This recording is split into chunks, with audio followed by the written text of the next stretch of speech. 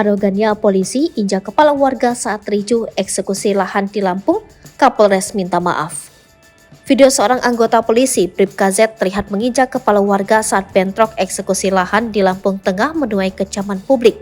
Dalam video yang beredar, polisi Bribka Z terlihat menginjak kepala warga yang sudah ditiarapkan di tanah.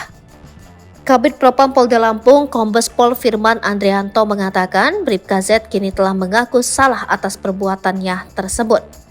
Ia menuturkan Bribka Z telah diperiksa di Propam Polda Lampung dan terbukti melanggar standar operasional prosedur saat proses eksekusi lahan PT BSA di Lampung Tengah. Menurut Andre, perbuatan Bribka Z yang menginjak warga tersebut melanggar pasal 10 ayat 1A dan B Perpol nomor 1 tahun 2022. Sementara itu, Kapolres Lampung Tengah AKBP Andi Purnomo Sigit meminta maaf atas kelakuan anggotanya saat pengamanan eksekusi lahan PT Bumi Sentosa Abadi di Lampung Tengah.